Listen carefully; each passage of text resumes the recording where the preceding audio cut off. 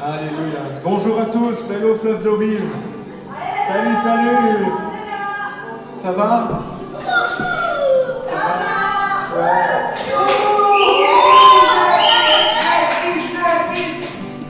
Alléluia. Amen, amen, amen, amen.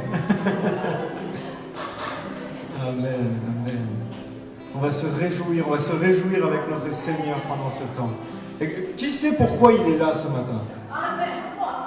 Vas-y. Alléluia. On est là pour Jésus. On est là pour Jésus. Ce matin, c'est dimanche après dimanche quand on se lève. C'est le jour qu'on a choisi dans la semaine pour se rassembler, pour adorer Dieu, pour adorer Dieu, pour adorer Dieu, pour le louer, pour chanter ses merveilles, pour chanter ses bontés. Alléluia. Ce matin, je prie que le ciel soit ouvert dans ce lieu. Ce matin, je prie que le ciel s'ouvre dans ce lieu, que l'Esprit soit libéré, qu'on soit accueillant de l'Esprit Saint, qu'on dise bienvenue, bienvenue Saint-Esprit, bienvenue dans ma vie, bienvenue dans mon cœur. Alléluia, alléluia. Un jour, Jésus m'a appris une triste nouvelle. On est venu le voir et on lui a dit, ton ami est mort. Vous la connaissez cette histoire? C'est Lazare. Ton ami est mort. Alors, il a commencé à aller à sa rencontre, aller le voir, et il y avait une tristesse. Et il a fait des choses entre-temps. Et quand il est arrivé, tout le monde était dans la tristesse. Et Marie, il y avait, je ne sais plus si c'était Marie, oui c'était Marie, elle disait, mais il dit, ouvrez, on va ouvrir le tombeau, mais il est mort depuis plusieurs jours. Il commence à sentir, c'est foutu, il n'y a plus rien à faire. Et Jésus, il a dit, crois seulement, et tu verras la gloire de Dieu. Crois seulement. Ce week-end, on était dans une église, dans une assemblée à Lille qui s'appelait Cité de Gloire. Mais on est tous des cités de gloire. Ici, Fleuve d'Auville représente la gloire de Dieu aussi. Alléluia. Il y a pas, on est allé visiter un chantier où il reconstruisait, où il construisait une nouvelle assemblée. Et quand je revisitais ce chantier, il y a quelque chose qui m'a frappé. C'est que des fois, on est tous en chantier dans nos vies, et des fois on doit accepter d'être déconstruit pour être reconstruit. Des fois on doit accepter d'être rénové pour avoir quelque chose de neuf. Mais devant il y a un portail. Et ce portail, si tu ne l'ouvres pas, Jésus, le Seigneur, ne le forcera jamais. Alors ce matin, on accueille Dieu. On dit, Seigneur, je crois en toi. Je crois en ta puissance. Je crois en ta grâce. Je crois en ton amour. Et quand tu vas dire ça, crois-le au fin fond de ton cœur, parce que c'est des paroles de Dieu. Tu verras la gloire de Dieu. Tu seras restauré, tu seras guéri, tu seras reconstruit à l'image de Dieu. Alléluia, alléluia. On va louer notre Dieu ce matin. Alléluia.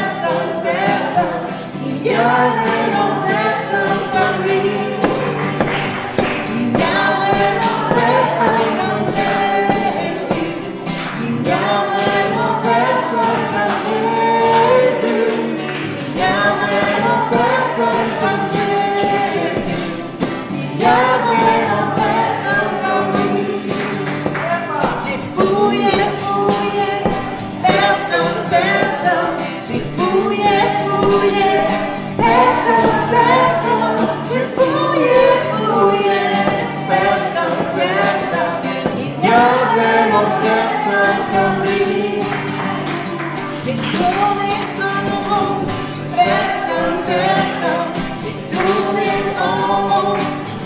personne, personne, tous les enfants. Personne, personne, il n'y a vraiment personne comme lui. Il n'y a vraiment personne comme Jésus. Il n'y a vraiment personne comme Jésus. Il n'y a vraiment personne comme Jésus. Il n'y a vraiment personne comme lui. Il n'y a vraiment personne comme lui. Alléluia. Oui, Jean-Pierre, je sais que c'était pas prévu, mais il fallait qu'on fasse ça. Alléluia. On peut chercher partout, partout, partout. Il n'y a personne, il n'y a personne, il n'y a qu'un sauveur, il n'y a qu'un chemin, il n'y a qu'une vérité. Jésus est le chemin, la vérité et la vie. Nul ne vient au Père que par lui, que par Jésus. C'est lui qui a les clés de tout. Alléluia. Il n'y a pas d'autre solution. Il n'y a pas d'autre solution. Que notre esprit ne cherche pas d'autre solution. Il n'y a pas d'autre solution que le nom de Jésus proclamé sur les vies, proclamé sur nos familles. Il n'y a pas d'autre solution que l'autorité de Jésus sur la vie. Alléluia.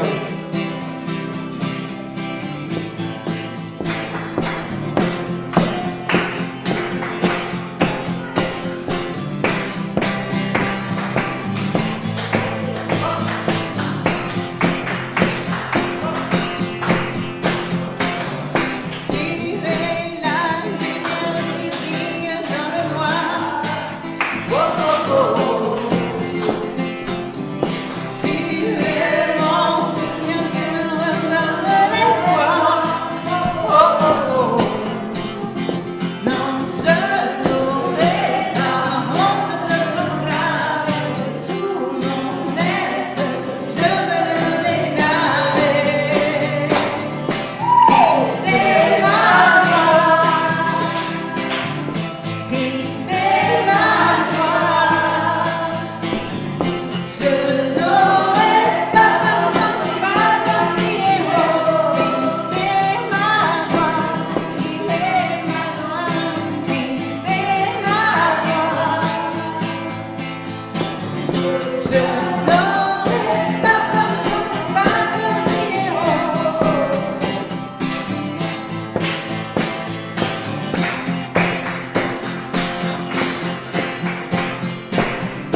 Pourquoi me taire quand mon âme est accablée? Oh, oh, oh. En toi j'espère, tu ne m'arriveras jamais. Amen. Oh, oh, oh. Alléluia. Non, je n'aurai pas honte de proclamer de tout mon être. Je veux le déclarer. Christ est ma joie. Christ est ma joie. Je n'aurai pas peur de chanter, pas peur de crier haut. Christ est ma joie, il est ma joie. Christ est ma joie. Je n'aurai pas peur. Je n'aurai pas peur de chanter, pas peur de crier, pas peur de chanter, pas peur de crier haut.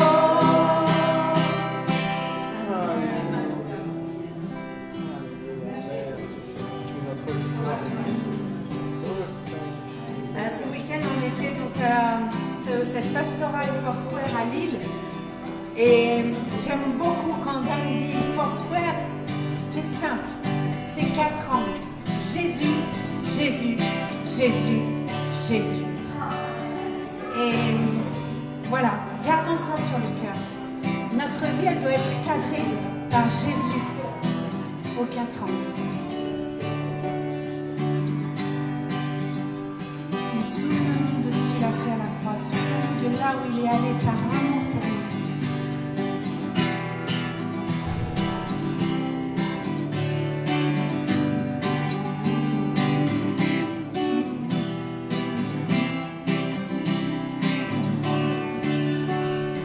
Sur la colline du Calvaire, il se tenait courageusement, donnant sa vie, mourant pour moi.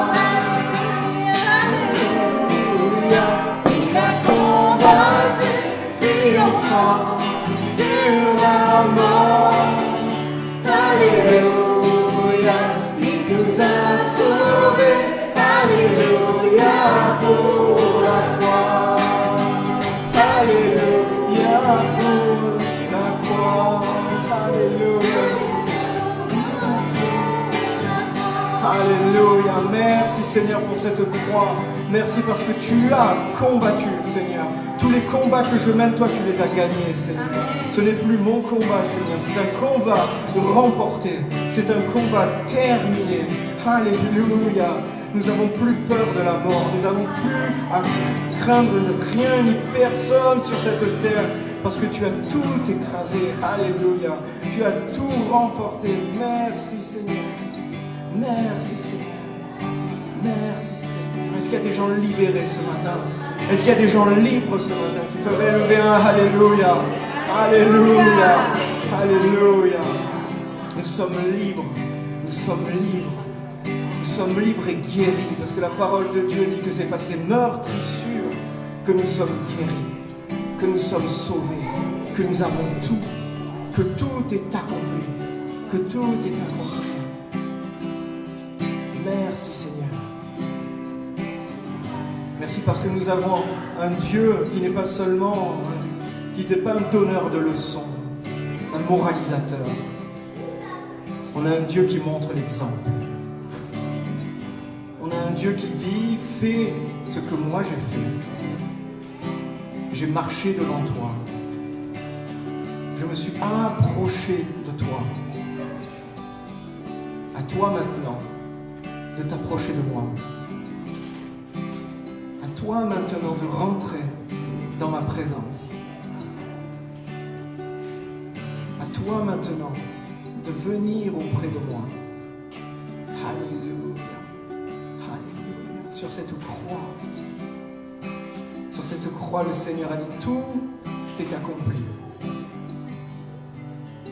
Tout est accompli. C'est pas parce que tu mérites que tu atteindras, que tu iras au ciel.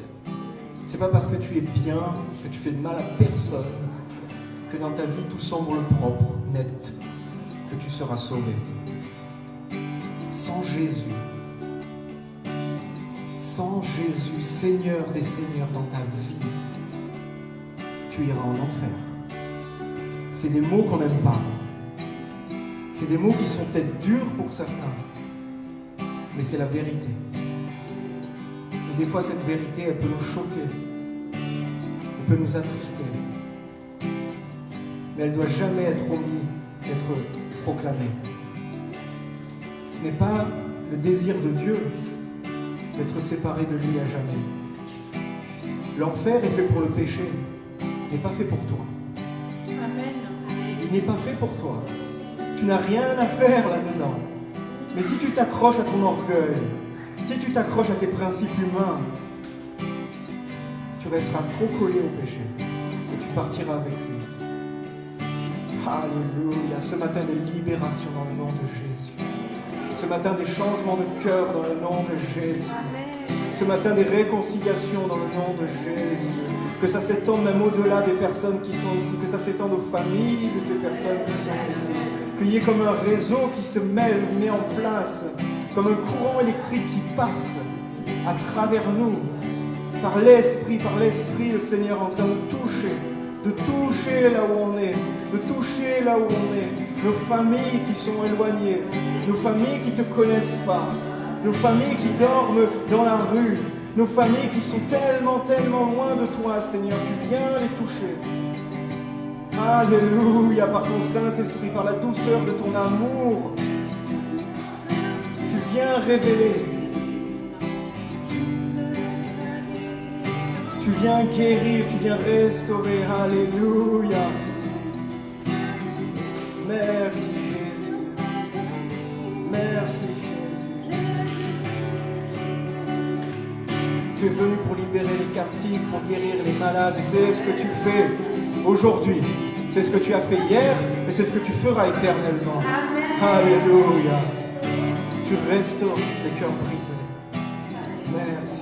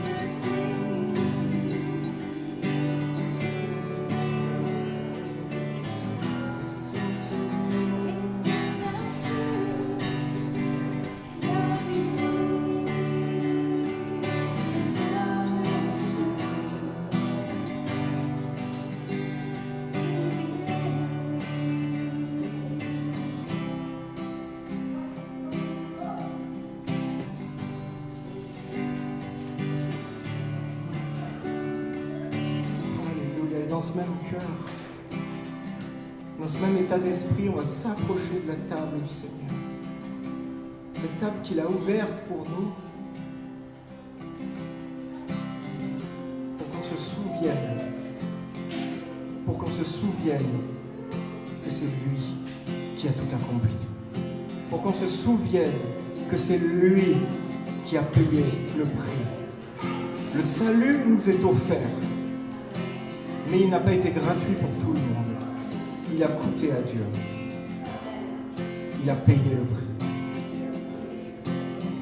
Et dans cette reconnaissance, dans ce cœur joyeux aussi, cet week-end, on nous a rappelé d'être joyeux quand on prenait la Sainte Seine. Alléluia!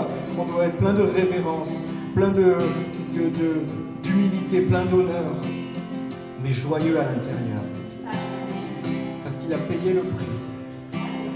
S'est laissé crucifier, mais il est ressuscité. Et alléluia, il est ressuscité. Et il est vivant. Amen, amen, amen. Alors, quand on va prendre ce pain qui symbolise son corps, qui a été meurtri, qui a été livré, on va se rappeler. On va lui dire merci. Parce que grâce à ça, je peux dire je suis libre. Parce que grâce à ça, je peux dire Abba Père. Parce que grâce à ça, je suis appelé enfant de Dieu. Tu as fait ce pont, tu as fait cette jonction entre le Père et nous, les hommes. Et ce sang qui représente cette alliance. Alléluia. Est-ce que tu peux dire je suis en alliance avec Dieu? Je suis en alliance avec le Créateur. Quand tu es en alliance, tu n'es pas sous contrat, il n'y a pas des conditions, il n'y a pas des... Tu es en alliance. Si tu as besoin, c'est lui qui vient combattre avec toi. Alléluia, tu es en alliance avec le roi des rois. Alléluia.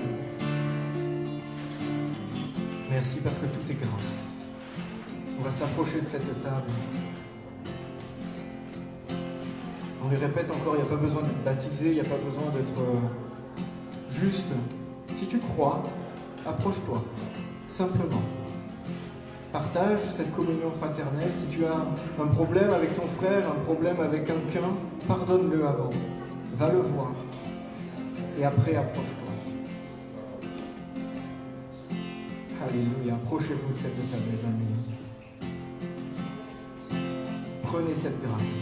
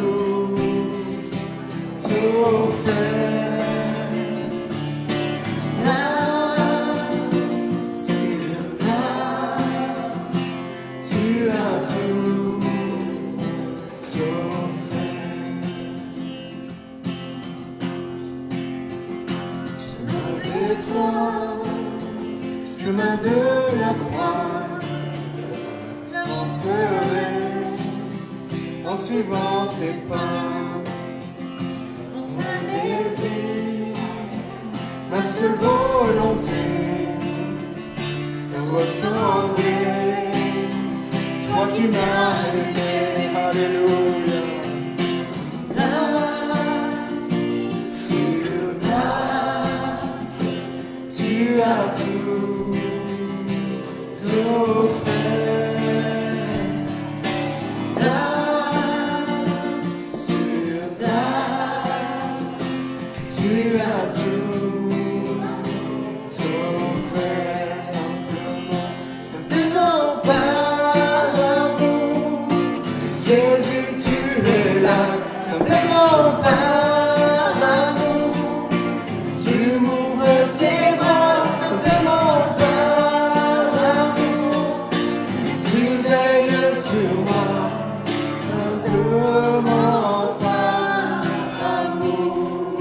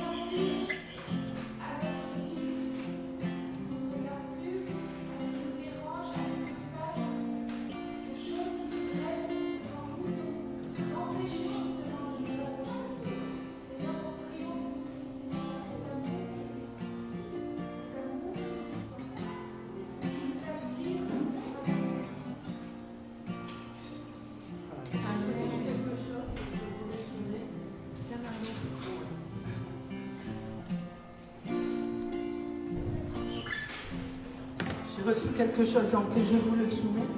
J'ai reçu le mot ressort et aussi colère. Et c'est comme si Dieu disait qu'il veut désactiver ce ressort à des explosions de colère. Seigneur, vraiment, tu désactives ce ressort qu'il peut y avoir. Peut-être en chacun de nous, toi tu sais qui, Seigneur. Et je loue ton nom, je te rends grâce. Ce qu'a dit notre soeur tout à l'heure, effectivement aussi, c'est vraiment par amour, Seigneur, par ta grâce, parce que c'est dans cet amour que tu veux que chacun de tes enfants vive. Au nom tout-puissant de Jésus. Alléluia, merci. Nous prenons cette délivrance qui coule de ta grâce. Nous les prenons avec foi. Tu nous as tout offert, Seigneur Jésus. Nous prenons avec foi cette grâce. Nous rentrons avec foi dans cette grâce.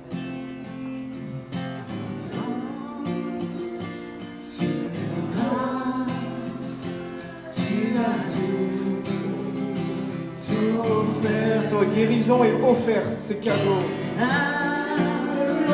Sur grâce, tu as tout Offert simplement par amour. simplement par amour.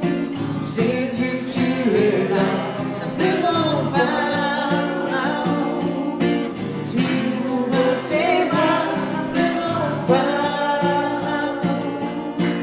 Tu veilles sur moi, simplement par amour. Alléluia. Amour, il n'y a rien de compliqué. Simplement, par ton amour, tu nous offres. C'est Alléluia.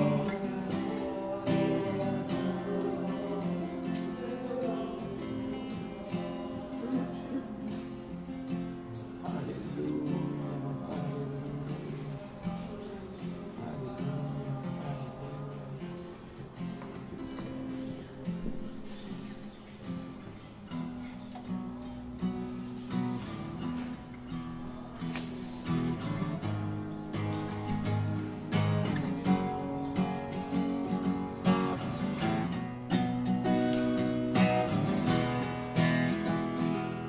L'amour est notre fondement.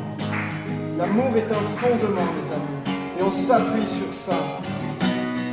Ce matin, on va dire, je bâtirai ma vie sur ton amour. Ce fondement qui est inébranlable. Et j'ancrerai ma foi en toi seul. Jésus, je ne tremblerai pas. Alléluia. Bâtirai ma vie sur ton amour, fondement inébranlable, et j'ancrerai ma foi en ton nom seul. Non, je ne tremblerai pas. Je bâtirai ma vie sur ton amour, fondement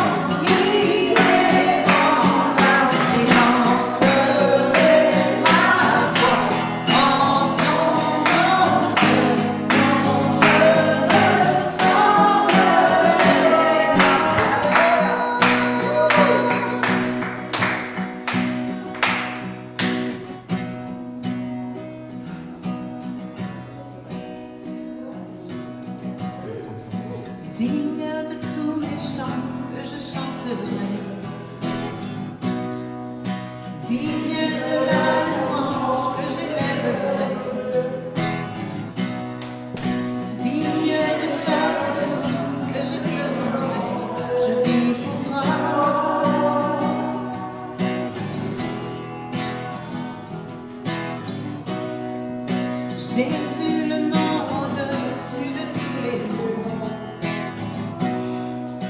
Jésus, tu es le seul offrant le pardon. Digne de chaque souffle que je te rendrai, je vis pour toi. Alléluia, Oh, je vis pour toi.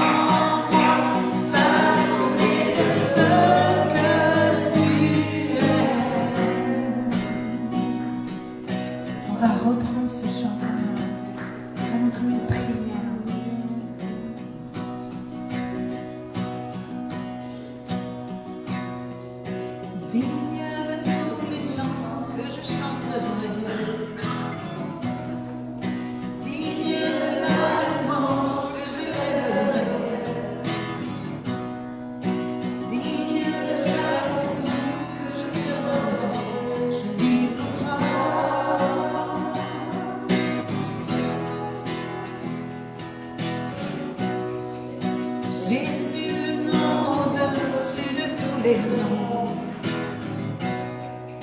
Jésus, tu es le seul offrant le pardon, digne de chaque souffle que je te rendrai. Je vis pour toi, oh je vis pour toi. Très saint, qui est semblable à toi, qui est comparable. Ouvre mes yeux à ta beauté, déverse ton cœur en moi, révèle ton amour et rends-moi passionné de ce que tu es. Très saint, qui est semblable à toi, qui est comparable. Ouvre mes yeux à ta beauté, déverse ton cœur en moi, révèle ton amour, passionné de ce que tu es.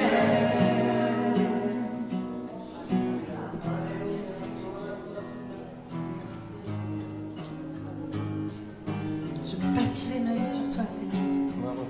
Je bâtirai ma vie sur ton amour, fondement inébranlable, et j'ancrerai ma foi en ton nom seul. Non, je ne t'enverrai pas. Je bâtirai ma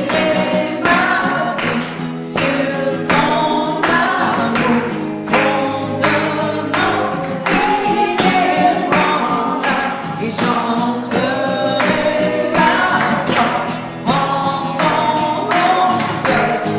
Non, je ne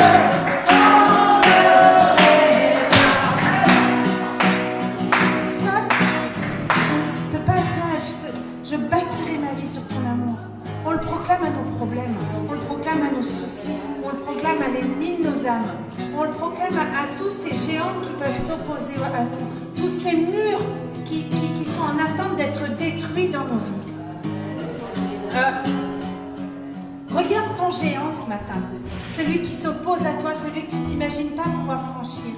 Fais cette prière dans ton cœur, qu'il puisse être terrassé, parce que pour Dieu c'est une fourmi.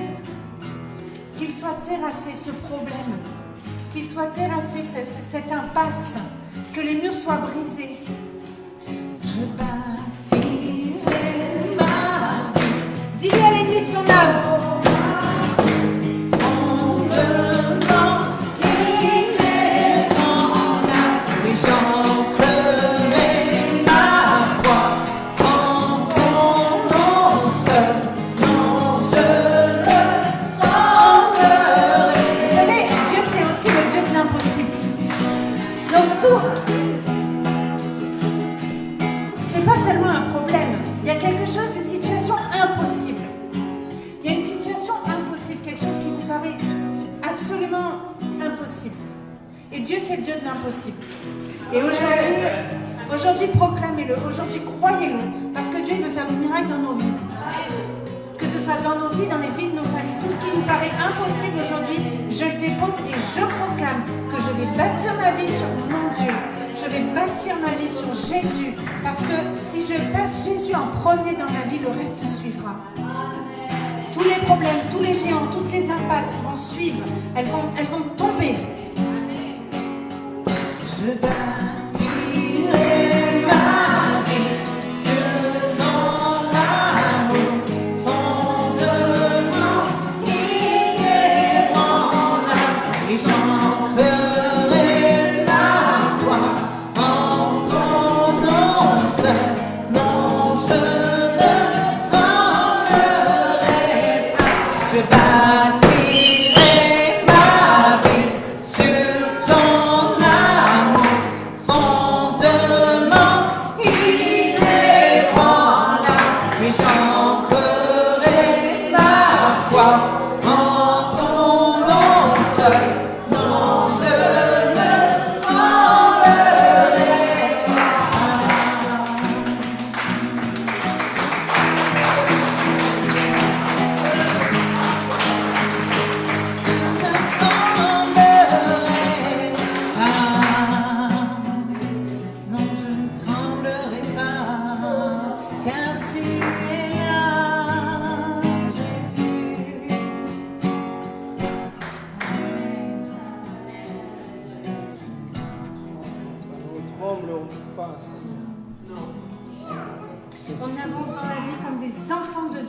et avec cette identité.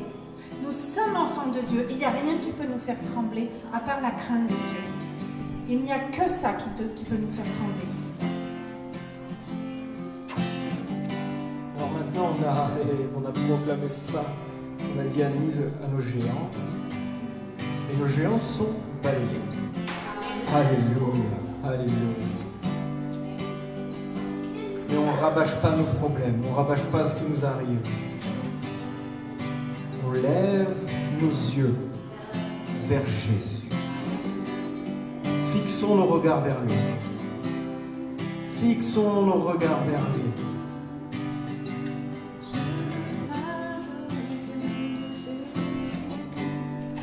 Les yeux fixés vers toi, je vis mes problèmes autour de moi, pour t'adorer mon roi, être guidé par toi. Les yeux fixés vers toi, je vis les problèmes autour de moi, pour t'adorer mon roi, être guidé par toi. Je veux t'adorer, t'adorer. Je veux t'adorer, t'adorer. Je veux t'adorer, t'adorer. Seigneur, t'adorer.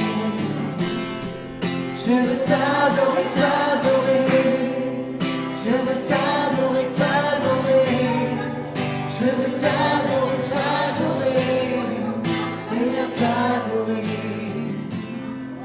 Les yeux fixés vers toi. Mes problèmes autour de moi, pour t'adorer mon roi, être guidé par toi.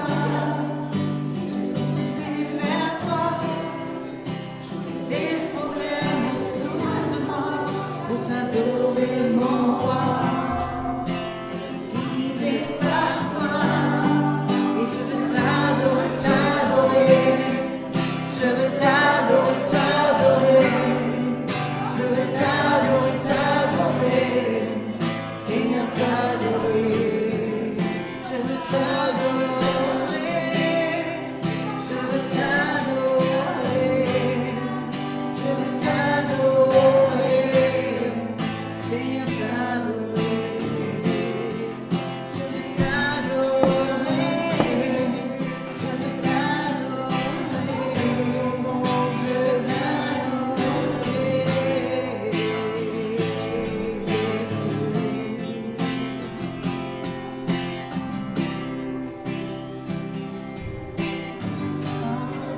je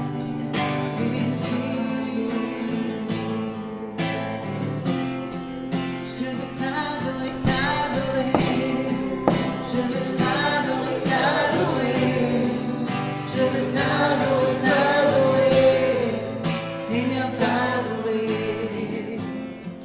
Je veux t'adorer, je veux t'adorer, je veux t'adorer, Seigneur, t'adorer.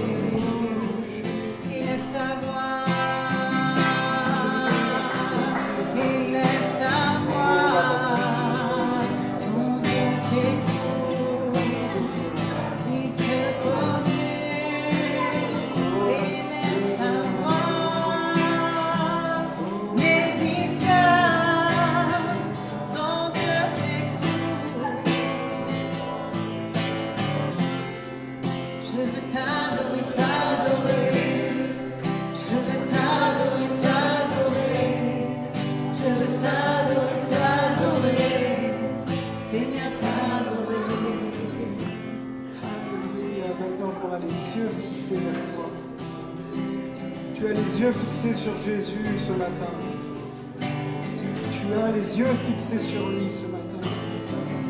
Alléluia. J'ai la conviction que le dé est versé en toi ce matin. Sois rempli ce matin d'une onction nouvelle. Sois rempli d'une onction fraîche ce matin. Prends, élève ta coupe. Élève ta coupe, ouvre ton cœur. Et reçois. Reçois ce rafraîchissement. Reçois cette onction qui descend du ciel. Alléluia. On voit le ciel ouvert. On voit le ciel ouvert. Alléluia. Le ciel descend, le ciel descend, le ciel descend. Oh, merci Jésus. Des nouveaux dons, des nouveaux dons, des nouveaux dons descendent. Alléluia. Alléluia.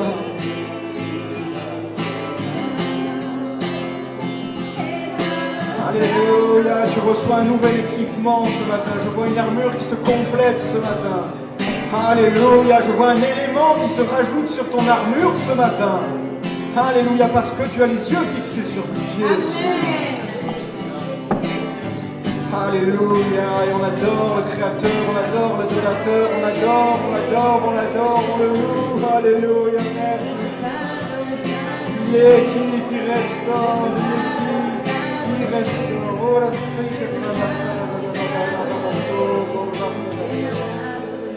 alléluia, n'hésite pas à ouvrir ta bouche, à parler en de nouvelles langues. Ne retiens pas l'esprit qui peut bouillir en toi. Ne retiens pas cet esprit qui veut sortir. Alléluia.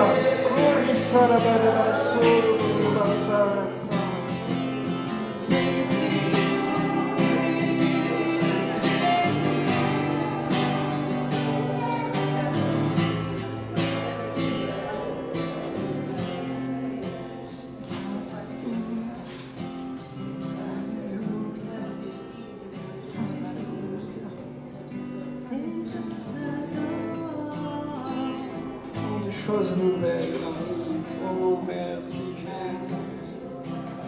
Tant de choses nouvelles arrivent. Alléluia. Tes bontés se renouvellent chaque matin. Tes bontés se renouvellent à cet instant. En ce lieu, dans chacun des cœurs ici. Alléluia.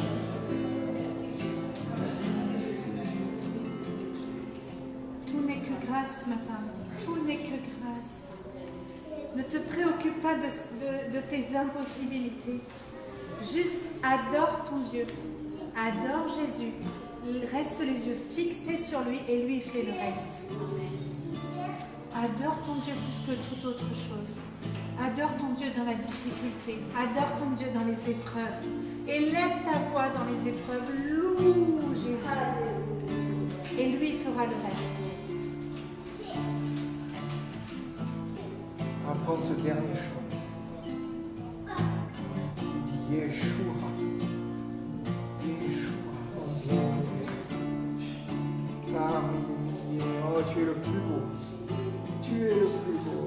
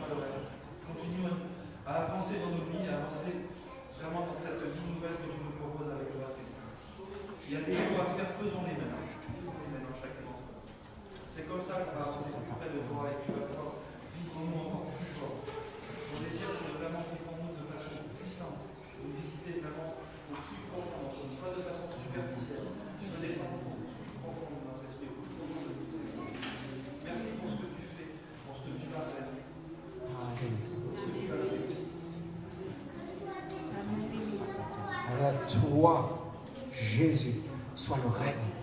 À toi, Jésus, soit la puissance. À toi soit la gloire pour toujours. Et que le peuple de Dieu dise Amen. Amen, amen, amen, amen. Merci Seigneur. Amen. Amen.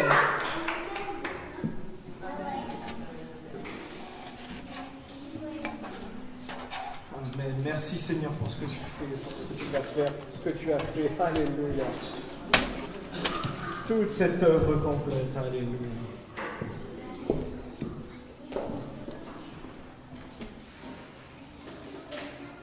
Alors ce matin, c'est pas moi qui vais vous apporter la parole, mais je vais vous faire un petit débrief rapide de ce qu'on a vécu un peu ce week-end. Enfin ce week-end, oui, ce week-end. Ces quelques jours, on est parti avec Marie-Laurence et Marlène dans la belle ville du Nord. On a traversé la France, on est monté. Quand on voyait les panneaux, on rigolait parce qu'il y avait les panneaux, et après il y avait l'île, et au-dessus il n'y avait plus rien. Et au-dessus tu montes et après tu tombes. L'île c'était le dernier, voilà. Donc on est allé là-bas, on a retrouvé la famille Foursquare, c'était un moment tellement bon, tellement merveilleux de voir toutes ces églises représentées, tous ces pasteurs, tous ces leaders qui étaient là pour se voir. On a eu des enseignements, on a eu des réflexions sur vraiment Foursquare, sur les valeurs de Foursquare, qui sont des valeurs tellement formidables. Et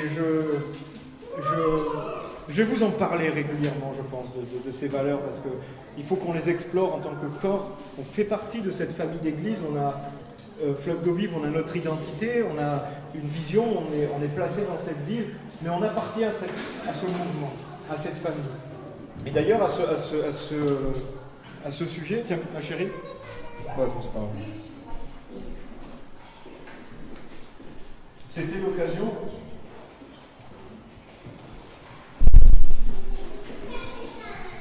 Du coup, c'était l'occasion que toute la fédération Foursquare, voilà, a reconnu.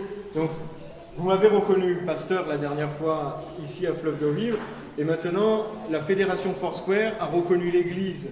Elle était déjà, mais ça se reconnaît encore en tant que membre de Foursquare France, de cette union d'églises Foursquare. Donc, on a reçu, voilà, un beau petit tableau avec les quatre angles de Foursquare, voilà, qui veulent dire Jésus, Jésus, Jésus, Jésus.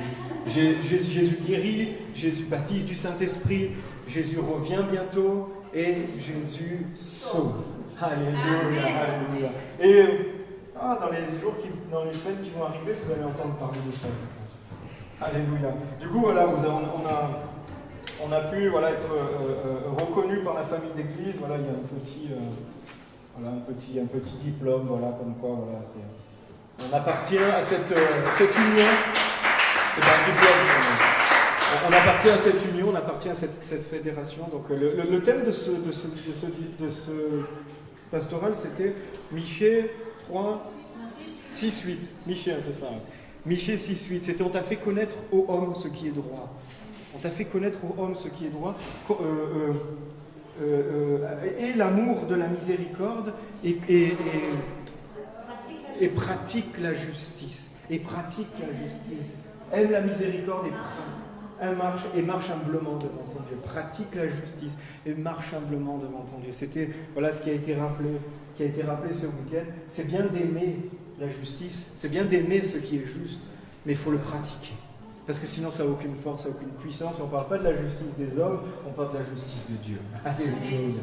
Humblement, on marche humblement devant notre Dieu.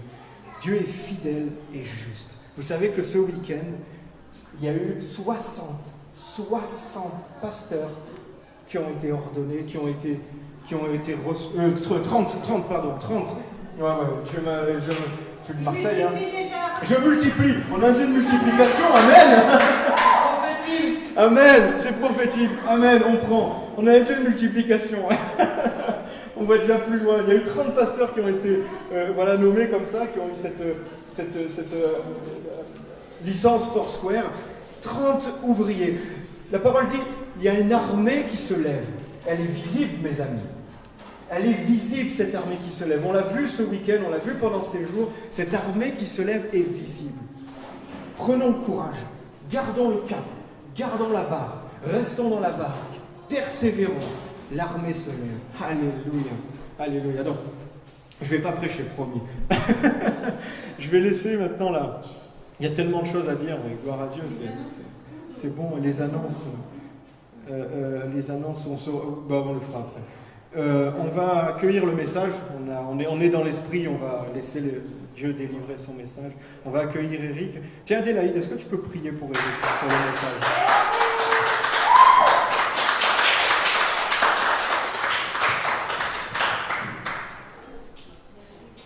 Seigneur, d'utiliser notre frère Eric, Seigneur, pour annoncer ta parole. Ouvre-nous les cœurs et les oreilles de nos cœurs pour qu'on puisse entendre ce que tu veux dire à ton Église. Merci, Seigneur, de les bénir de loin, de ton parfum, de ton huile saint, notre frère, Seigneur.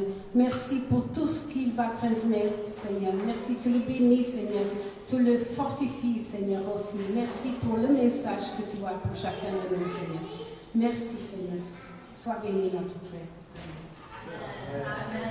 Merci. Et merci aussi aux enfants qui vont être bénis. Merci à toutes les personnes qui s'occupent des enfants pendant que la prédication s'adresse plutôt aux adultes. Et soyez bénis à distance aussi ceux qui nous regardent. Alors moi, vous le savez, je me répète, tant pis. Mais je suis toujours attentif quand je prends le micro pour voir s'il y a un écho avec le message que j'ai préparé, parce que on a beau prier, on a beau être attentif, on veut savoir ce que l'Esprit veut nous dire. Et c'est exactement le sujet désigné. À tel point que tout à l'heure, on m'a dit que c'était Michée. Et je dis, c'est marrant, c'est ce que je vais citer.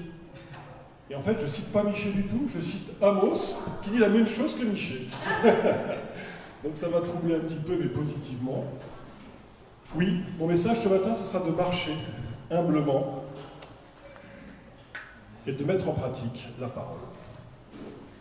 Alors j'étais pas, je le dis pour ceux qui sont à distance ou ici, j'étais pas à Lille, donc je découvrais comme vous en direct ce qui a été dit. Alors c'est marrant parce que je lis mes notes, mais ça me fait penser à quelque chose que j'ai préparé ce matin, un petit cadre. Ça peut paraître rien, mais c'est matérialisé. Et moi, quand j'étais étudiant, donc il y a quelques années, McDonald's s'installait en France et se développait. Et ils avaient mis en place des concepts que nous découvrions et que dans le management, les profs nous enseignaient, et notamment l'employé du mois. Je ne sais pas si vous en souvenez. Et c'était une affiche qui était mise, où vous avez le visage de l'employé du mois avec son nom, et on aime ou on déteste, mais c'était nouveau. C'était vraiment nouveau. Et c'était fait pour, en fait, montrer que c'est possible. C'était pour qu'il y ait une émulation collective et récompenser aussi le travail fourni par cet employé du mois. Alors je dis que c'est un peu désuet parce qu'aujourd'hui on ne le fait plus comme ça, mais ça a marqué son époque et ça a marqué le système de management aussi. L'idée était simple, c'était de dire, voilà, ce mois-ci, c'est cette personne qu'on veut reconnaître. Bravo à lui. Mais bravo à vous qui allez aussi pouvoir être à un moment donné, si vous le souhaitez, sur ce tableau d'honneur. En général, quand une personne d'autorité met à l'honneur des collaborateurs, qu'est-ce qui se passe?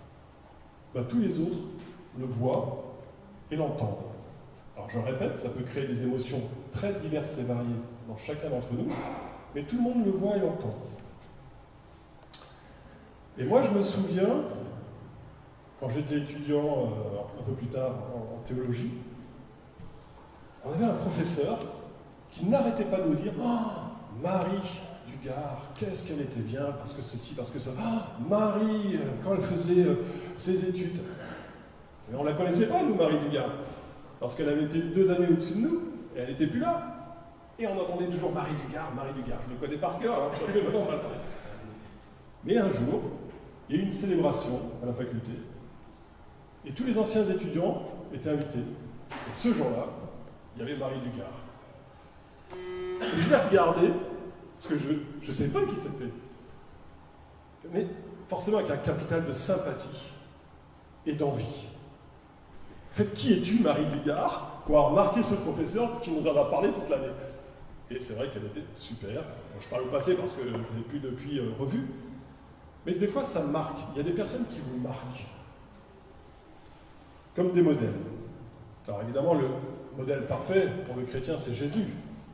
Il faut toujours l'avoir en cible, on l'a dit, on l'a répété, on l'a chanté, mais on a aussi besoin de modèles peut-être intermédiaires, plus tangibles, humains, avec les imperfections, mais aussi les qualités. Pourquoi? Tout simplement parce qu'on a besoin de prendre exemple pour avancer dans ce chemin qui est la vie. On a besoin de prendre exemple pour nous encourager, pour aussi s'exhorter, pour s'évaluer.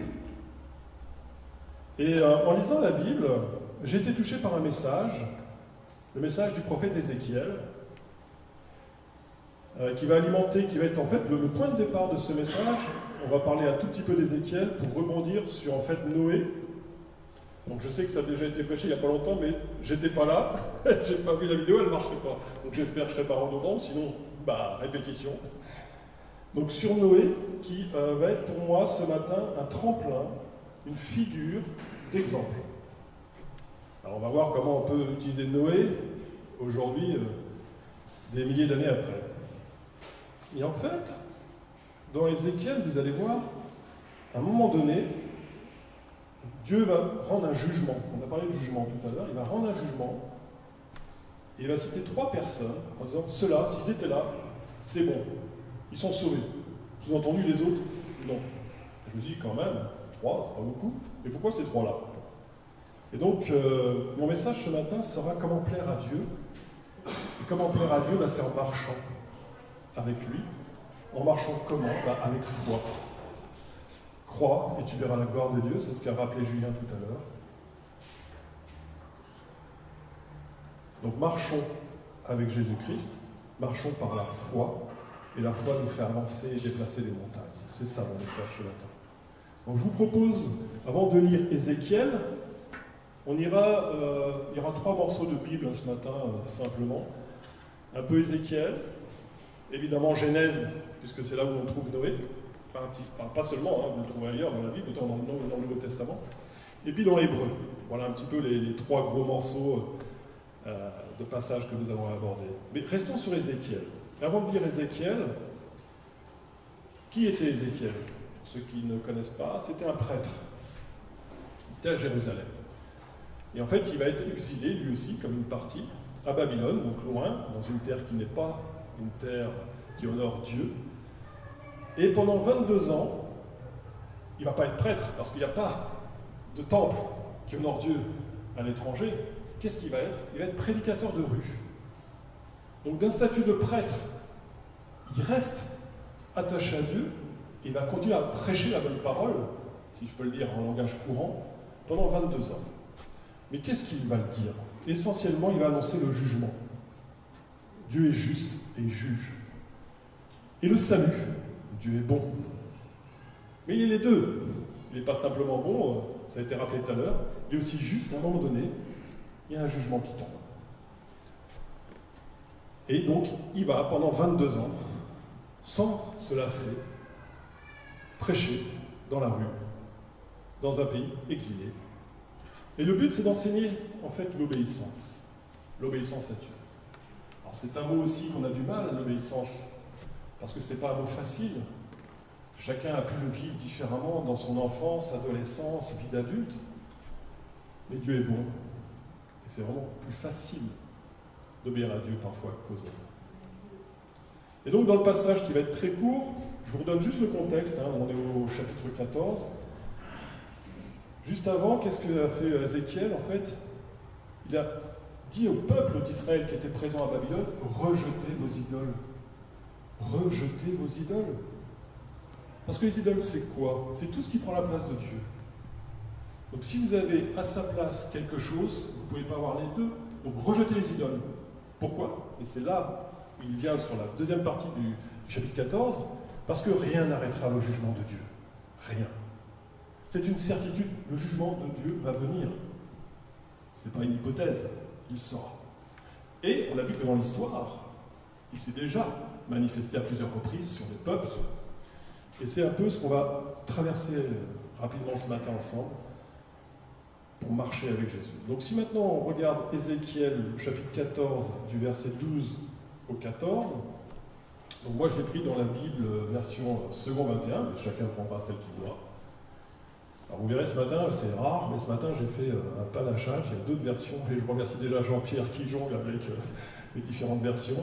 Moi j'aime bien travailler sur plusieurs versions parce que, voilà, comme je ne parle pas hébreu, pour l'Ancien Testament c'est plus simple pour moi de prendre le français, et comme les versions peuvent changer, bah, c'est pareil pour le Nouveau Testament, je ne parle pas grec, donc j'aime bien travailler sur plusieurs versions. Alors, que dit la parole? Eh bien justement, la parole de l'Éternel m'a été adressée. Donc rappelez-vous, c'est à Ézéchiel que ça s'adresse.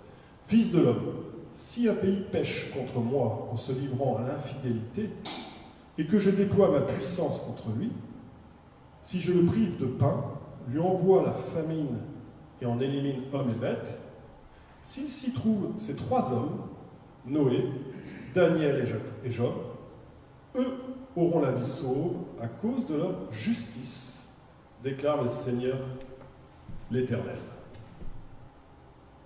Et moi, ça m'a scotché. Dieu cite trois personnes en disant ceux-là, s'ils sont là, ils sont sauvés. Pourquoi? À cause de leur justice. Ça a été rappelé tout à l'heure, le mot justice, on va juste faire un focus après. Donc sur ces trois personnes, parce que je n'ai pas le temps, je vais en prendre qu'un seul, vous l'avez compris, je vais prendre que Noé. En plus, ça tombe bien, comme je vais parler de Hébreux 11, c'est le seul des trois qui est cité. Donc c'est facile, évidemment, de choisir Noé. Et donc je me suis posé la question, pourquoi Dieu a-t-il souhaité, dans ce passage, mettre l'emphase sur ces trois personnes, sachant que ce n'est pas une liste exhaustive. Par exemple, le prophète Jérémie, qui est un contemporain du prophète Ézéchiel, lui a cité d'autres personnes à l'honneur. Hein. Et puis vous verrez, si vous lisez tous l'épître aux Hébreux, notamment au chapitre 11, il y a plein de personnes qui sont citées à l'honneur, donc je dirais sans faire de digression, que les employés du mois, il y en a plein dans la Bible. Il y en a plein. Et que ce soit béni, oui. Et donc voilà, la justice. Franchement, ce mot, pour moi, il est toujours compliqué. Je suis obligé de retourner dans mon dictionnaire à chaque fois.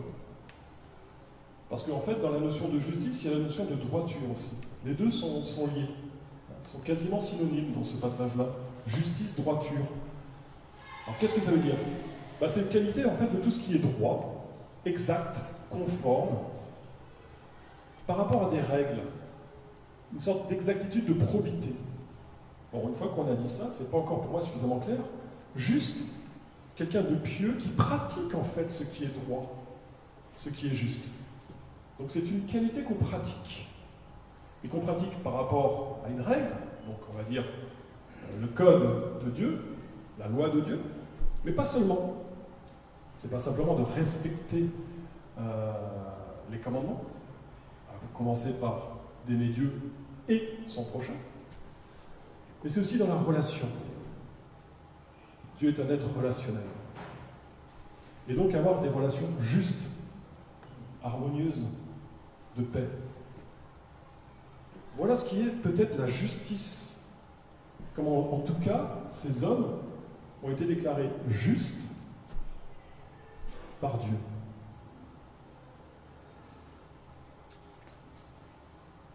Donc, vraiment ce matin, je voudrais insister sur, on va le voir que la foi sauve, et seulement elle, on n'est sauvé que par la foi, ça a été rappelé ce matin, mais elle nous permet aussi d'avancer. Et donc ce matin, j'aimerais qu'on reste et qu'on parte avec cette notion de foi qui déplace les montagnes, cette notion de foi que nous avons avec nous, ou que nous pouvons avoir, si nous ne l'avons pas, et avancer. Parce que, rappelez-vous, dans Ézéchiel, Dieu dit, à travers de ce prophète, que personne ne peut sauver Jérusalem, parce que c'est de ça dont il parle. Et même ces trois personnes qui sont citées, pourquoi ils sont cités? Parce qu'ils jouissent d'une réputation d'intégrité dans le peuple d'Israël. Vous savez, quand vous voulez, souvent, on l'entend, mais quand vous voulez mettre du poids sur ce que vous dites, je te le dis, et malheureusement, ce n'est pas une bonne chose à faire, mais on entend souvent, je te le jure, sur la tête de, pour essayer de mettre du poids. Ça, ne le faites jamais. Pour ceux qui le font, arrêtez tout de suite.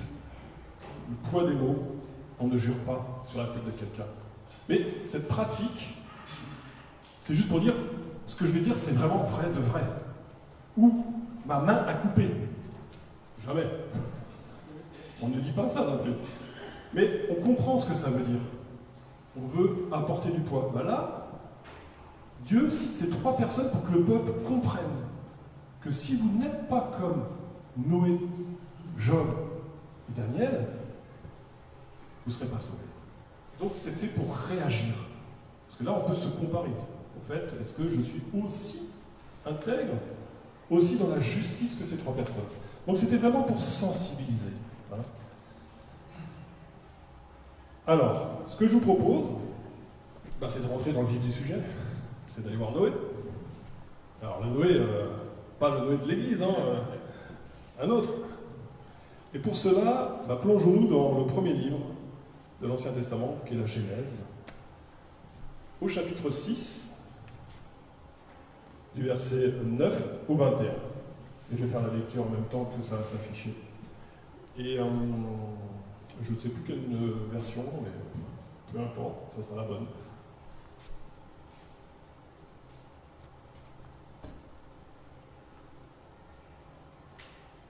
Donc Noé, Genèse 6, 9 à 21.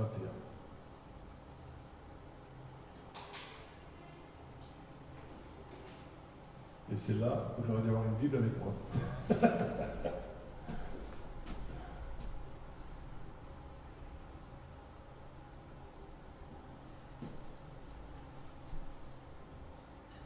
Merci.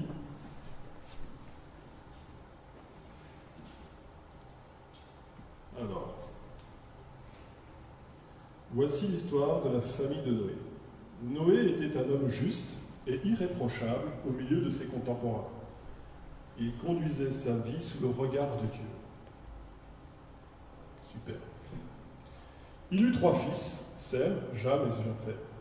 Aux yeux de Dieu, les hommes s'étaient corrompus et avaient rempli la terre d'actes de violence. Dieu observait ce qui se passait sur la terre, il vit que le monde était corrompu, car toute l'humanité suivait la voie du mal. Alors, il dit à Noé, « J'ai décidé de mettre fin à l'existence de toutes les créatures, car, à cause des hommes, la terre est remplie d'actes de violence. Je vais les détruire ainsi que la terre. Mais toi, construis un grand bateau en bois, résine. Tu en diviseras l'intérieur en compartiments, et tu l'enduiras intérieurement et extérieurement de goudron. Voici comment tu feras. Tu lui donneras 150 mètres de longueur, 25 mètres de largeur et 15 mètres de hauteur. Tu ménageras une ouverture dans le haut du bateau, un espace de 50 cm entre les côtés, et le toit que tu fixeras par-dessus. Tu mettras la porte du bateau sur le côté. À l'intérieur, tu disposeras 3 étages. Et moi, je vais faire venir le déluge d'eau sur la terre pour détruire sous le ciel tout être animé de vie. Toi, non, tout ce qui est sur la terre périra. Mais j'établirai mon alliance avec toi et tu entreras dans le bateau, toi, tes fils, ta femme et tes belles-filles avec toi. Tu feras aussi entrer dans le bateau un couple de tous les êtres vivants, c'est-à-dire un mâle et une femelle de tous les animaux, pour qu'ils restent en vie avec toi.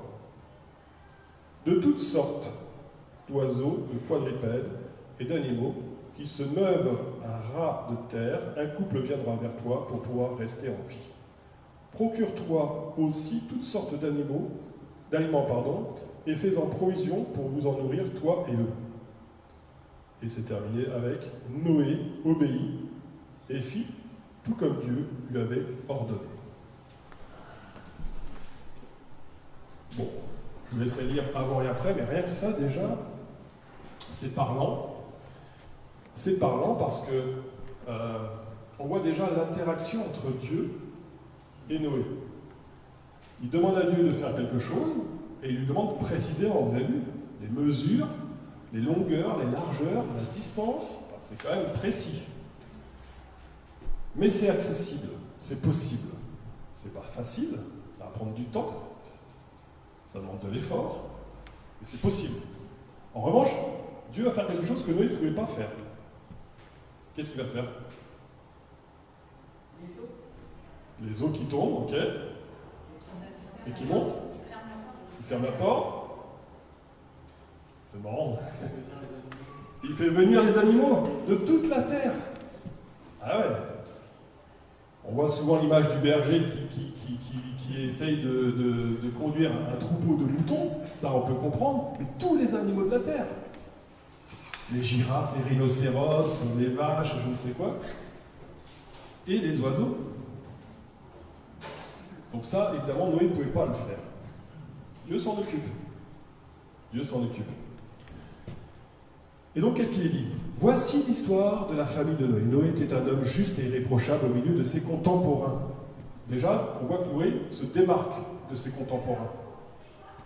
Rappelez-vous, Ézéchiel disait « Enlève les idoles que tu as dans ton cœur, peuple d'Israël. Tu n'es pas comme ce peuple en exil. Tu es un peuple consacré à Dieu. »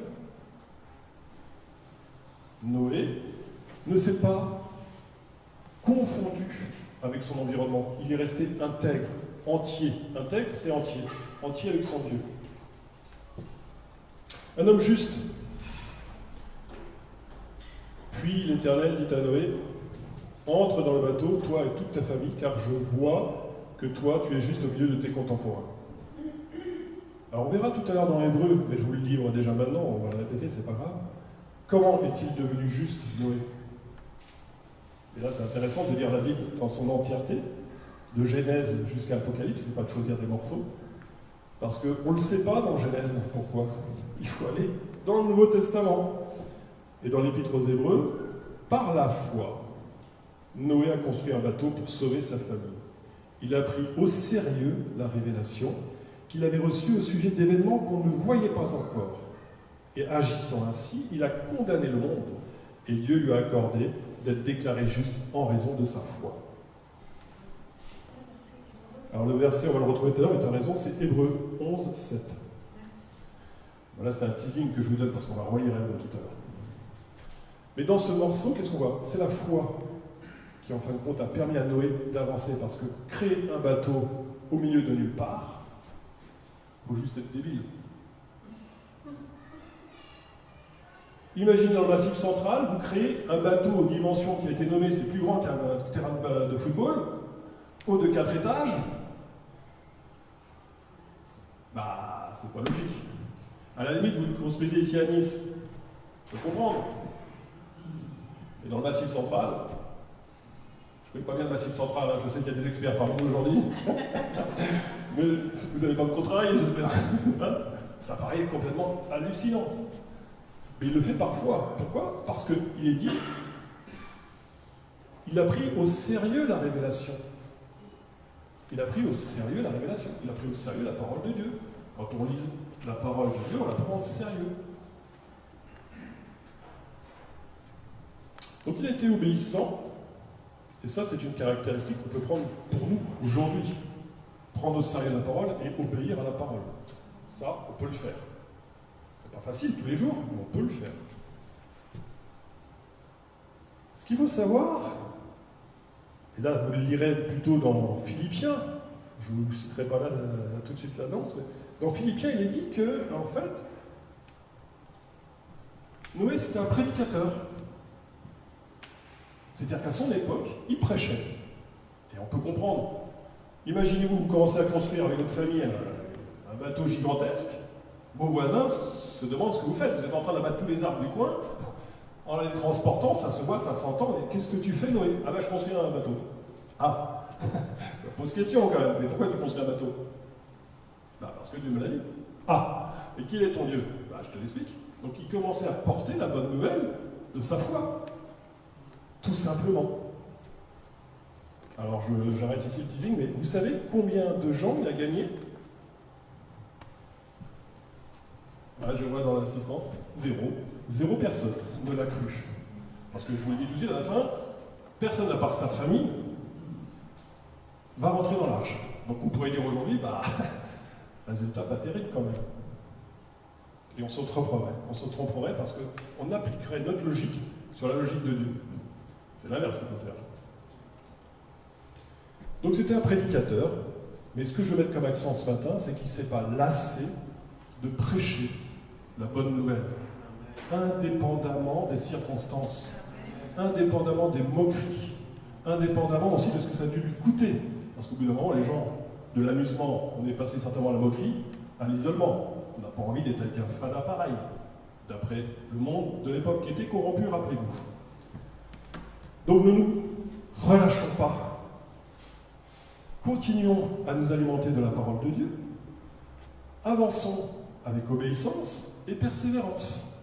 Noé, en tout cas, pour moi, est un bel exemple. Parce que, pareil, à l'époque, ils avaient très peu d'outils. Imaginez-vous construire un bateau comme ça a dû prendre du temps. C'est pas une semaine, c'est pas un mois, c'est pas un an.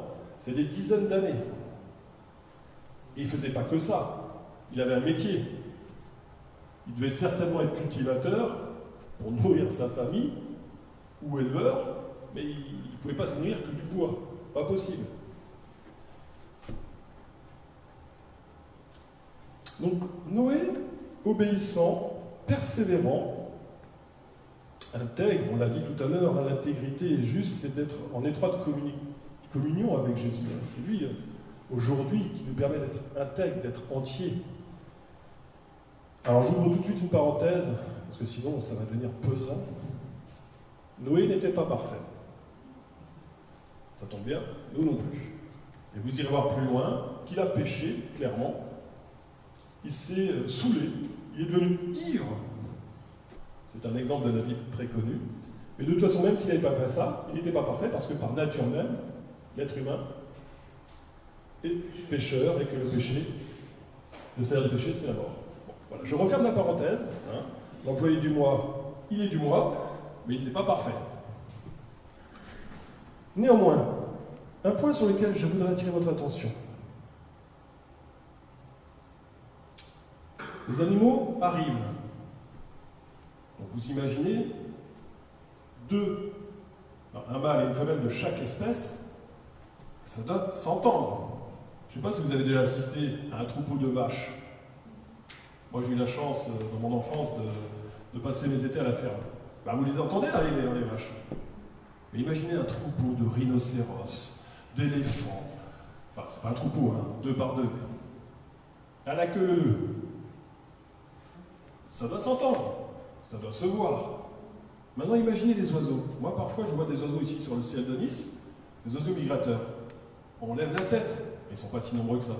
Là, tous les oiseaux, toutes les espèces qui se dirigent vers l'arche.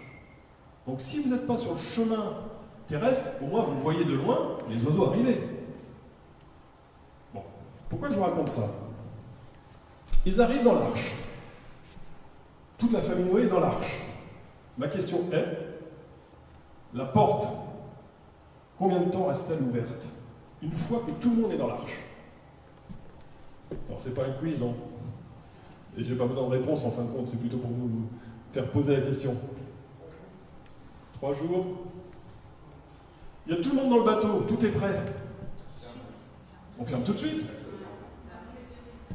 Alors c'est Dieu qui ferme, on est bien d'accord, c'est pas Noé, c'est Dieu qui décide le moment venu, quand est-ce qu'il ferme la porte, quand est-ce qu'il ferme l'accès au salut. Parce que cette arche, vous l'avez compris, va être le seul endroit de salut où tout ce qui est dedans va pouvoir survivre au déluge. Eh bien j'ai découvert, parce que je ne le savais pas, comme quoi il faut relire sa Bible plusieurs fois, il va laisser la porte ouverte pendant 7 jours. 7 jours. Donc tout le monde est dans l'arche, tout est prêt, mais la porte ne se ferme pas. C'est extraordinaire quand même. Dieu est patient. Et il veut que tout le monde soit sauvé. Il le veut aujourd'hui aussi pour tout le monde. Pour nos proches, nos familles, nos voisins, notre pays. Il le veut. Et donc c'est pour ça que le retour de Jésus n'est pas encore pour aujourd'hui. Il peut être ce soir, je ne sais pas quand est-ce qu'il reviendra. Mais en tout cas, il y a un temps, et ce temps c'est aujourd'hui. Et si aujourd'hui, toi, à distance ou ici, si tu ne connais pas Jésus, tu peux faire ce pas 2 fois vers lui. Le temps est ouvert. La porte est ouverte. Demain, je ne sais pas. Et ceux qui étaient dans l'arche ne le savaient pas non plus. Parce que c'est personne d'autre que Dieu qui ferme la porte. C'est pas Moïse. Le capitaine, c'était pas Moïse. Donc 7 jours. Et aucun être humain autour de Moïse ne vient. Ils ont vu tous ces animaux. Ils ont vu. Ils ne sont même pas venus. Étonnant quand même. Même pas par curiosité.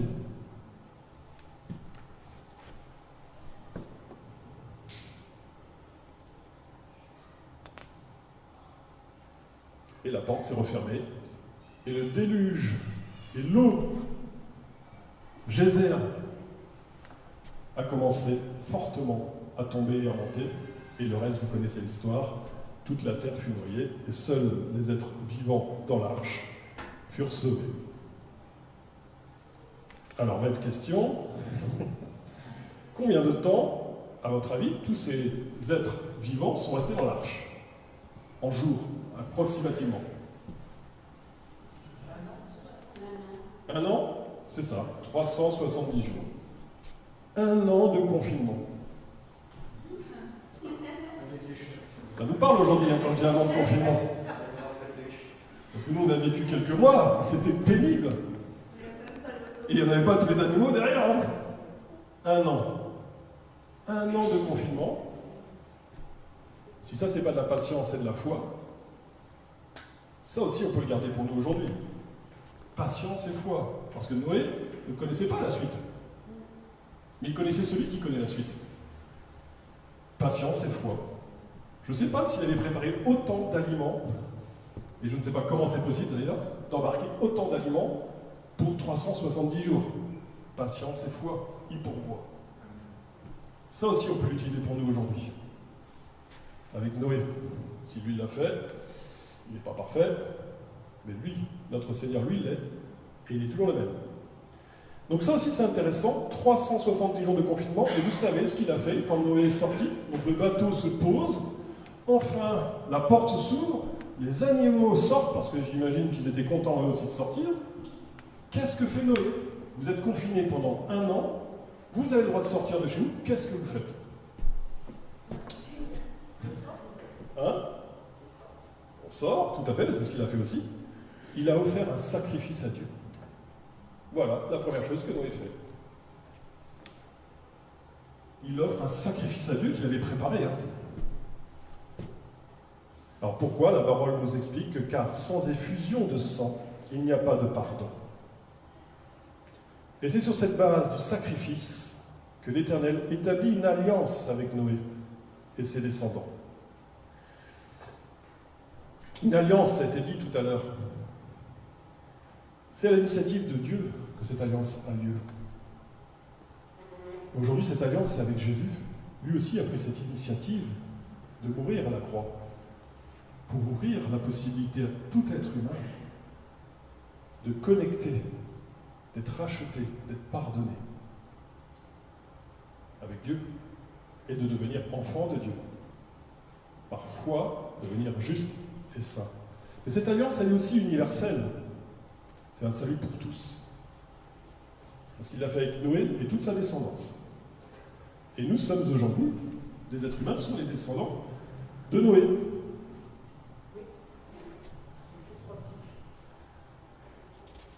Alors, une fois que j'ai dit tout ça, j'aimerais qu'on aille maintenant faire un bond dans le Nouveau Testament.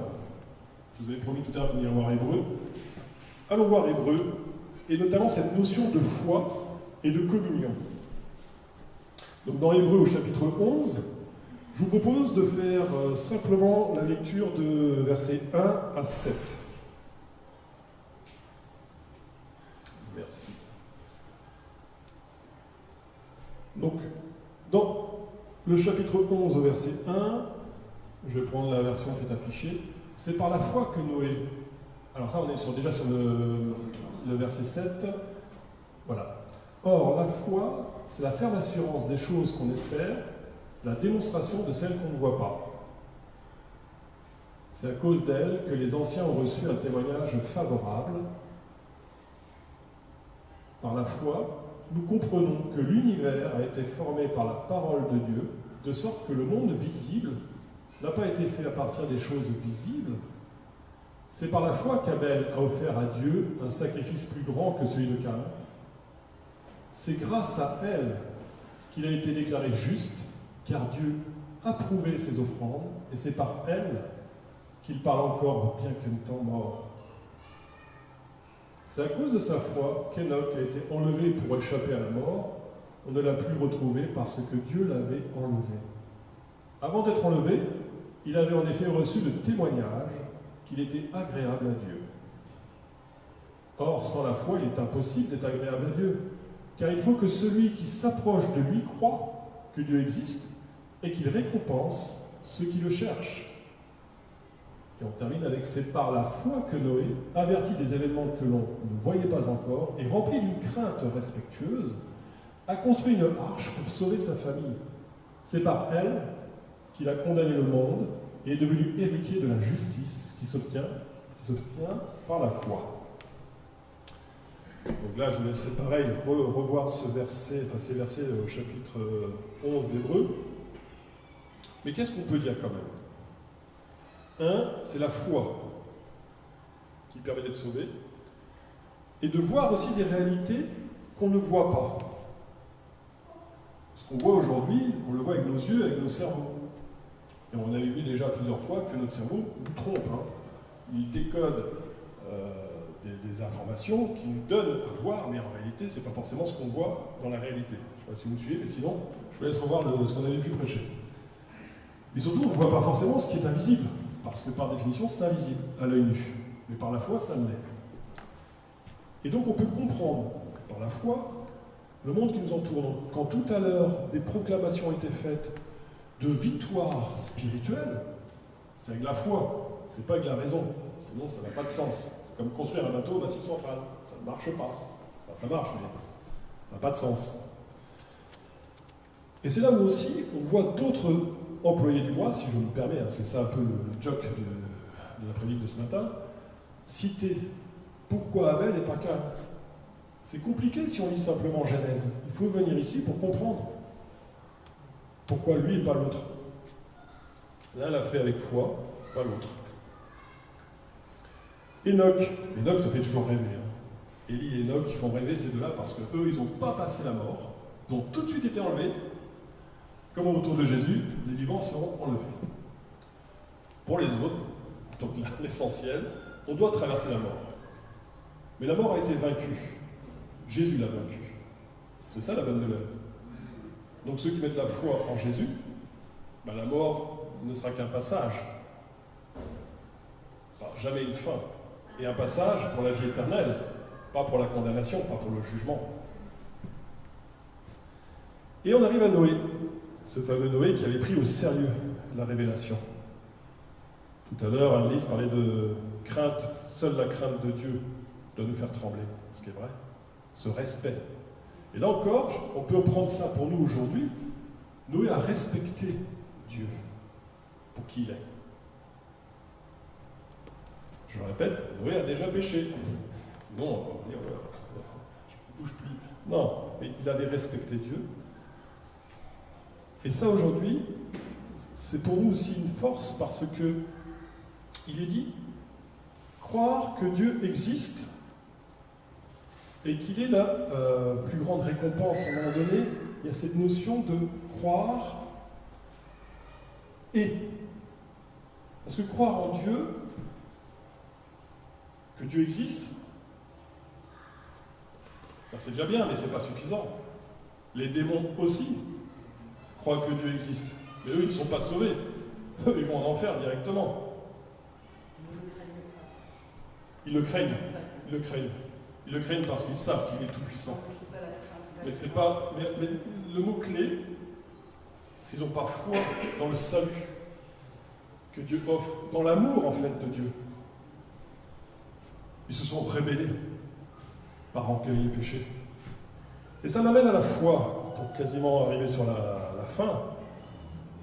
La foi, si on devait la résumer, c'est quoi en fin de compte? C'est compter entièrement sur Dieu et lui obéir. c'est pas commencer à marchander, c'est pas commencer à raisonner un peu ce que je pense, un peu ce que tu penses. Moi récemment, je discutais avec quelqu'un qui m'est vraiment très proche et que j'aime énormément, et je lui dis, mais si tu meurs demain, tu sais où tu vas? Ben, elle me dit, moi, je crois en la nature, je crois que je serai avec ceux que j'aime. Et comme je l'aime beaucoup et qu'elle connaît mon position et ma foi, c'est compliqué, c'est franchement compliqué de lui rappeler la vérité, sans qu'elle se heurte et qu'elle m'envoie bouler, au risque même de rompre la relation. Alors quoi faire? Abandonner ou persévérer? Et donc je lui ai simplement rappelé, écoute, Dieu est un créateur, il a ses règles. On peut ne pas le croire, on peut ne pas le vouloir, mais c'est celles-là qui s'appliqueront.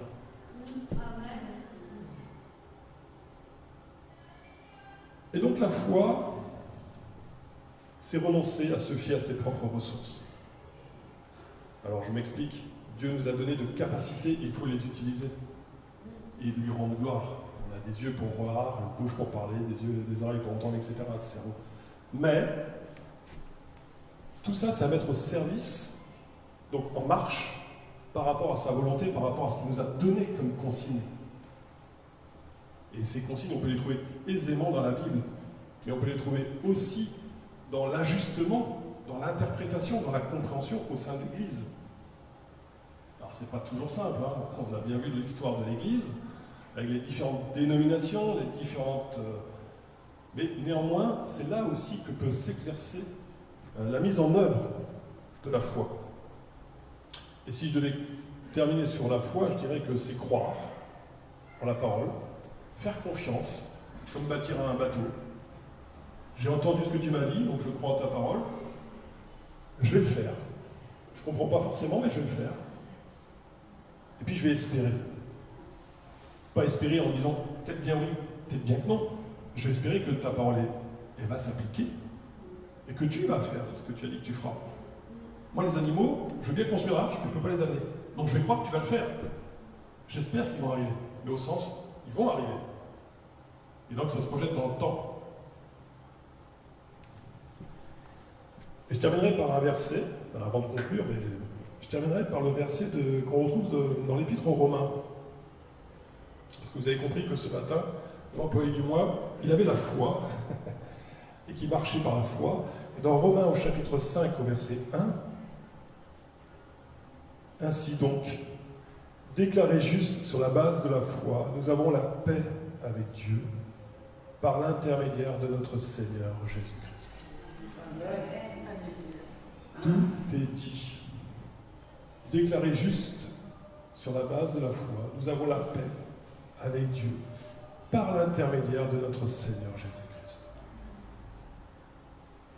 Alors c'est une bonne nouvelle. Comment plaire à Dieu? Eh bien en ayant la foi, mettons-la en pratique. On a la paix avec Dieu et Jésus est avec nous jusqu'à la fin de ce monde.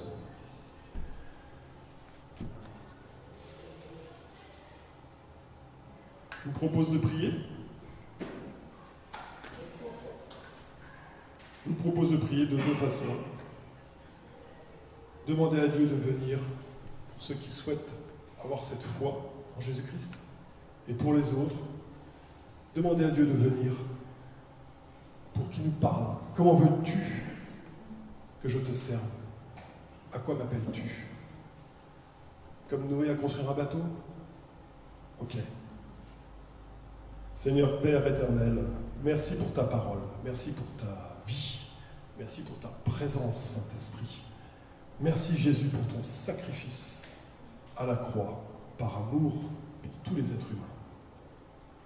Et tu l'as dit dans ta parole, à un moment donné, ce que l'humanité a vécu avec Noé reviendra. Reviendra. Mais d'ici là, nous t'attendons, Seigneur. Et que tout être humain, tôt ou tard, sera devant toi et devra rendre compte pour lui-même. Alors moi je prie, Seigneur, pour que toutes les personnes qui ne te connaissent pas et qui veulent faire ce pas de foi vers toi aujourd'hui, eh bien je prie pour que, oui Seigneur, tu viennes souper chez elles, qu'elles puissent te dire, je manque de foi, je ne te connais pas, aide-moi, viens au secours de ma foi. Viens, Jésus-Christ, dans ma vie. Et moi, je prie pour toutes ces personnes. Je prie cette révélation, cette grâce. Merci, Père éternel, sur ce que tu fais. Et je prie pour ceux qui te connaissent déjà, pour que tu nous parles aussi de ce que tu attends de nous peut-être précisément. J'ai été émerveillé, Seigneur, de voir dans ta parole comment tu peux être très précis. Et tu l'es. Soit pour un chant particulier, Noé, c'était une mission particulière que tu l'as confiée, et tu ne nous confies pas à tous des missions comme celle-ci, mais de pouvoir mettre en pratique ta parole. Que nous puissions mettre en pratique ta parole, Seigneur. Et entre nous, comment tu nous appelles à servir? Oui, je prie que cet exemple de Noé soit un exemple qui nous stimule, Seigneur, par ton esprit, pour marcher par la foi à ta suite. Je prie en ton nom, Jésus-Christ. Amen.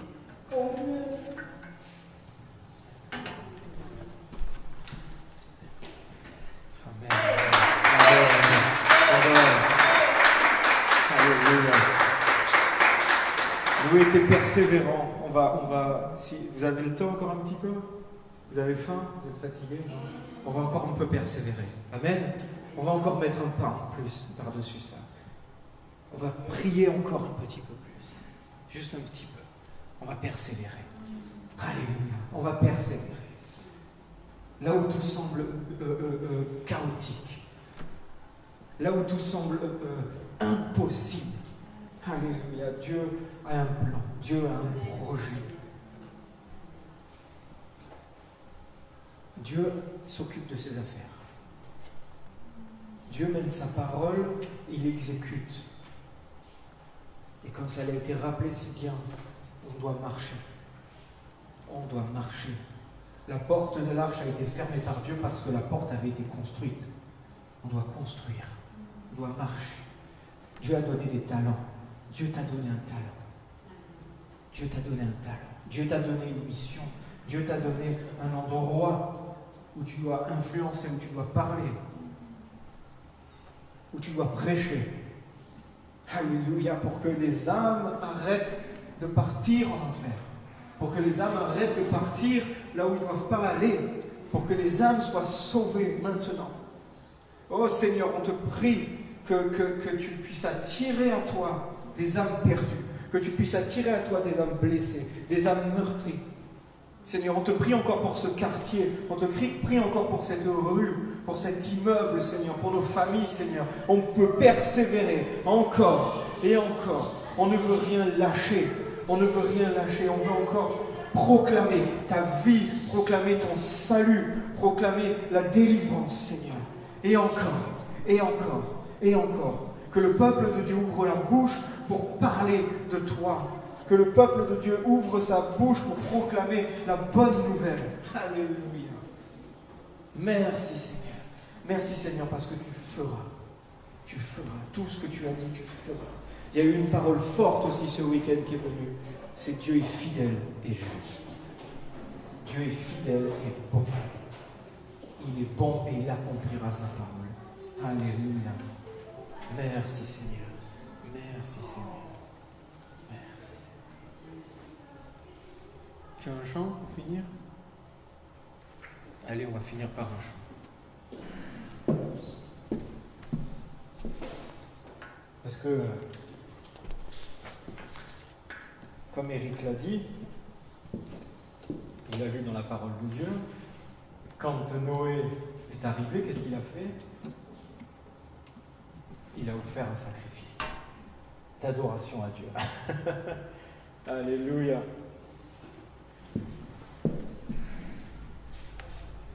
Alors on va offrir aussi un sacrifice de louange. On va faire monter ce louange à Dieu. Parce que comme le dit ce chant, il était là dès la création. Il était là avant tout. Avant tout, il était là. Il avait tout prévu. On va encore louer ce nom. Louer ce nom. Ce nom si merveilleux de Jésus.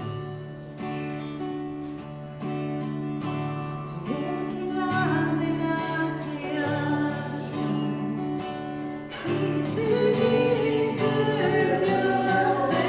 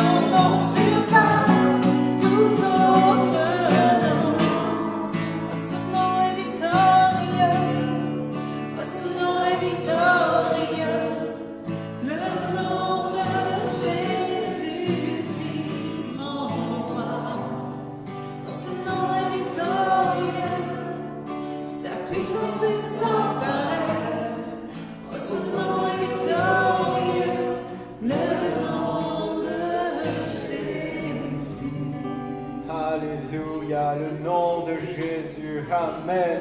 Et comme Noé, on ne perd pas patience, on persévère à proclamer ce nom de Jésus sur nos familles, sur cette ville, sur tout ce qui nous entoure, que le nom de Jésus soit proclamé. Alléluia, gloire à Dieu. Amen. Amen.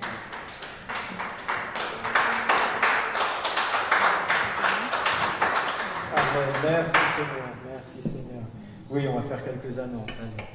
On reprend normal. Lundi à matin. Je suis déphasé.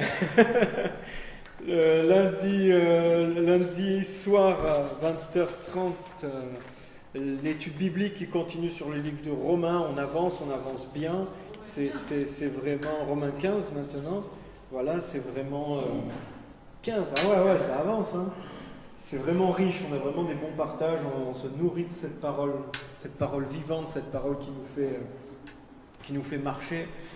Mardi, on a le groupe de maison à Saint-Laurent à 20h et vendredi à 20h, le groupe de maison à Nice-Nord aussi. Et la prière samedi à 17h. Voilà, que le Seigneur soit béni. On veut aussi... Voilà, si vous avez à cœur de faire une offrande pour le Seigneur, voilà, les dîmes, les offrandes, c'est donner sa dîme, donner son offrande, c'est semer aussi. C'est semer pour que le royaume de Dieu avance. Tu peux faire passer si tu veux. C'est semer pour que le royaume de Dieu avance, et aussi c'est un acte d'obéissance, c'est un acte de se mettre devant Dieu, de reconnaître que tout ce que Dieu nous donne, nos capacités, viennent de lui. Alléluia, viennent de lui. Donc voilà, c'est semer, des fois On n'a pas la vision de la portée, comme il a été rappelé ce matin. On se dit, ouais, c'est petit ou c'est pas grand-chose, mais non, c'est semé et c'est toujours bon. Et quand il y a une semence, il y aura une récolte. Amen. Que Dieu soit béni, soyez bénis dans votre semaine, dans votre dimanche. Voilà, saluez-vous tous. Dites-vous tous à chacun quelque chose de bon. Un mot de la part du Seigneur.